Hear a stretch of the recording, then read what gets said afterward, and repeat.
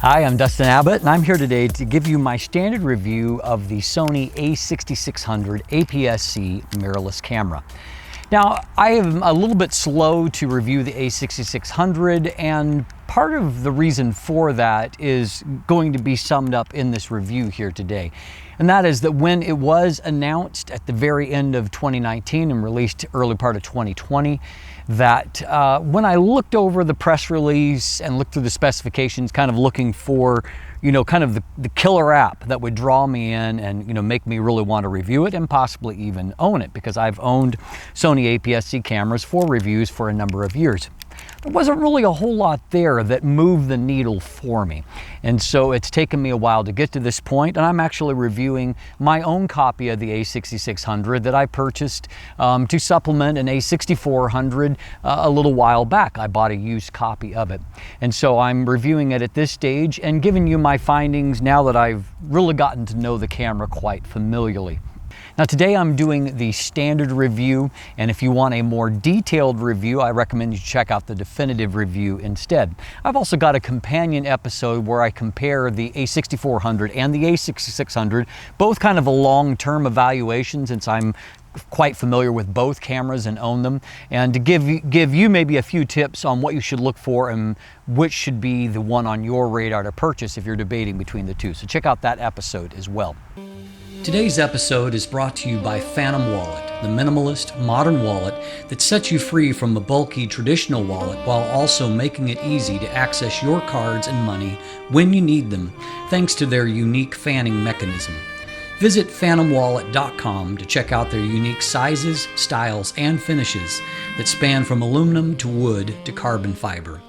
You can even customize your wallet with new accessories like a money clip, cash holder, ID display, and even the Chipolo tracking integration if you're the kind of person who loses their wallet. Use code DUSTIN15 for 15% off when you're ready to check out. Now, when it comes to the build and the design of this camera, this is a very familiar looking camera that strongly resembles previous models like the a6300, a6400, a6500, etc. There's one area of differentiation, and it really is maybe the most attractive feature of the camera itself, and that is that we have a deeper and a thicker grip that feels much better in the hand. But more important is the reason for that, and that is that finally Sony has moved beyond the tiny battery packs, the FW50 batteries that previous models burned through really quickly, particularly if you're shooting 4K video. Rated for about 410 shots, and I didn't often find that I got any more than that. But they've upgraded to the A series battery, A9, also used in the Alpha 1, and that is the FZ100 battery that gives you, raises that rating up to 810 shots, but more importantly, it actually over-delivers that rating, particularly when it comes to capturing video. It's a huge, huge difference. And I noted, I kind of put it to the test. I went traveling with just this camera and the 18-135. I had to travel light out of a backpack on a recent trip to Texas. And so I was packing very little gear, but I took over 400 photos. That included some additional ones that I deleted along the way, some video clips. I did a lot of reviewing things on the back of the camera, showing other people images, etc., those things you do when you travel. I got home, and on my original charge, I still had 50% left on the battery life. That's a huge improvement, and I have no question if I had taken the a6400 instead, I would have had to recharge the battery at least once, if not twice, over the course of that time. So that really does change your workflow, and it's a very, very welcome addition here. As far as other physical changes, we have a couple of custom buttons that we did see something similar on the a6500, but we're missing on models like the a6400. And so those custom buttons are certainly very welcome for a reason that I'll get to in just a second. We actually have a third additional custom button on the back that occupies the position that where once it was the release for the flash on all of these models. They've actually done away with the onboard flash. For someone like myself, I never pop up that flash under any circumstance, so I could care less. Your mileage may vary, however, and so that's something worth considering. But having a third custom button here is always welcome, and more physical controls the better, because what hasn't changed is any kind of real addition to the physical controls, something I think is needed on Sony's APS-C cameras. There is no wheel or dial at the front to give you a third control dial, and I think that that is a big loss. It means that you're relying on the dial here and then the D-pad dial, but the D-pad dial can be a little bit sensitive because if you overpress, your weight's a little bit too heavy, it turns into a directional pad instead. And so it's not as reliable as having another dial there to operate, shutter or aperture. I would also love to see two other items that we don't have here, an exposure compensation dial of some kind, dedicated, and then also a dedicated joystick back here for navigation. Other things that haven't changed are the viewfinder, which is still a fairly small 0.39 inch opening and still only that somewhere around 2.34 million dot resolution. Likewise, the LCD screen, we have the same limitations. It's fairly low resolution, and also the touchscreen is just as limited as it's always been. No menu navigation, and even tapping to focus, getting to that setting, you have to go deep into the menu. And rather than having just an on screen where you can kind of rotate through those options as many other cameras do, Sony doesn't do that. And so it's a bit of pain to access much touch functionality outside of moving a focus point around, which I'm thankful for that. But I've been complaining about Sony's touchscreens as long as I've been reviewing Sony cameras. It's still no improvement here. And so no real further progress there. The only other addition here on the camera itself in this more expensive model is that we do have a headphone jack here for head monitoring audio, which you didn't have on models like the A6400. Outside of that, it's very familiar. Only physical change in terms of the dimensions is it's about 10 millimeters deeper on the grip portion. That's to accommodate that larger battery pack. And while the memory card is still located down here in the battery compartment, my least favorite place for it, it is reoriented away from the door and into a back-facing orientation, which does allow you to have a little bit easier access to the memory card. But it's still just a single card, only UHS 1 compatible.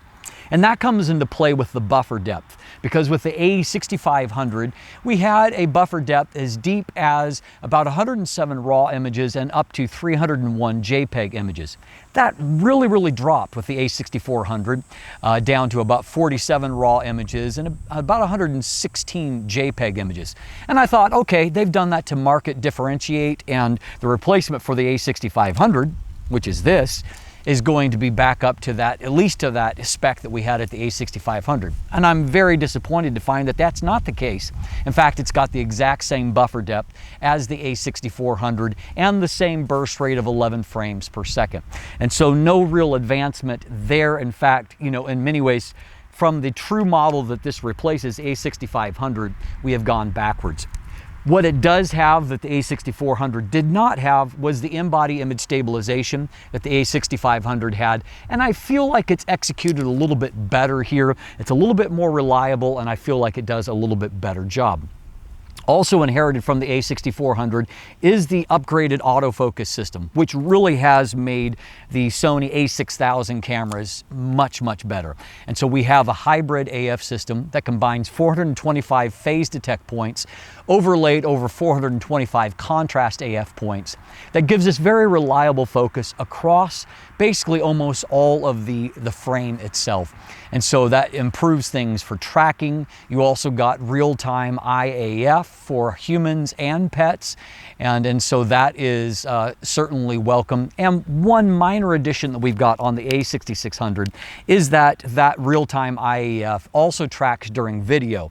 And so not just face detect, but eye detect during video capture, which is certainly welcome, though I have to say I don't notice a huge difference between the A6400 and the A6600 in terms of tracking reliability.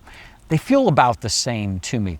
But nonetheless, I certainly welcome that improved autofocus, which makes a big difference. And this is the best autofocus system that's in any of the APS-C mirrorless cameras that I've used. It's more reliable for both stills and autofocus. And frankly, it's reliable enough. I just keep it in wide basically all the time and let the autofocus, grab what it needs. And if for some reason it rarely does not get what I want, I just put a finger over there and override and move a flexi point to the place where I want. So autofocus is excellent. My only downside there is when it comes to the limitations of that buffer depth. Likewise, we have the exact same sensor in this camera that we have seen in quite a number of previous Sony APS-C models. It's a 24 megapixel CMOS sensor, Bion X processor. It's a great sensor, has very good performance, it gives you very good detail. It has excellent dynamic range. Dynamic range is pretty much at the top of the heap for cameras like this. And I found in my test that I could reliably get 3 stops of overexposure and recover highlights. Only at 4 stops did things fall apart, but I could go as low as 5 stops of underexposure and still recover shadows quite effectively without any noticeable color banding and not a lot of additional noise. And so it's a very good sensor for dynamic range. It also behaves identically to the A6400 sensor. And so there's nothing new here in that regard. The same is true when it comes to the ISO performance. Again, it's a very good performance. You have very clean results up through ISO 6400. More obvious noise at 12,800, but still usable up through 25,600. It goes all the way up in the native range to 32,000. Those are a little bit more of a drop off between 25,600 and 32,000. You can expand the range up to over 102,000. However, there is one other addition, and that is that you can also go on the bottom end down to ISO 50. You could go up to the higher end on the 6400, but not down to ISO 50 there. At the same time, however, the basic performance is identical, and so there's not really any improvement there. Colors are good. I feel like Sony color has been getting progressively better over time. Not, anything revolutionary, but they've just been tweaking it a little bit better to where I find that skin tones are more natural these days, and auto white balance seems to work exactly the same on both models. It's a very good sensor, as I said. However, it's also nothing that we haven't seen before. And that kind of brings me to my conclusion on the A6600 and explains why I didn't really get very excited about its release. Now, the reality is that the camera itself is excellent. And for me, this still works better than, say a Fuji X-T3 or X-T4, even though the Fuji does a lot of things better. It has better ergonomics, it has better video codecs. You can get up to 4K 60 without a crop factor. Here you're still at 4K 30, and that's with a pretty significant 1.6 times crop factor if you're shooting 30 frames per second. I don't love that. At the same time, however, the reason why this camera ends up working better for me is because that AF during video is so reliable. And so I can do segments like this and not worry about it pulsing or hunting, which unfortunately, I've never yet been able to rely on a Fuji camera to do the same.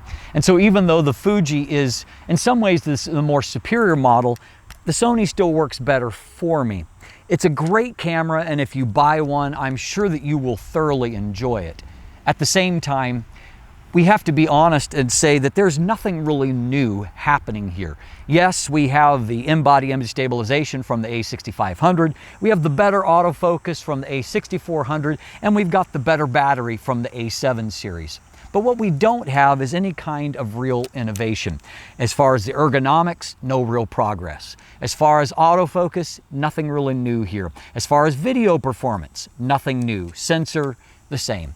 And so what you've got is basically a nice collection and the best packaging of all these existing Sony technologies. What you don't have is really any kind of new Sony technology that would make you say, ah, I really need to own that camera.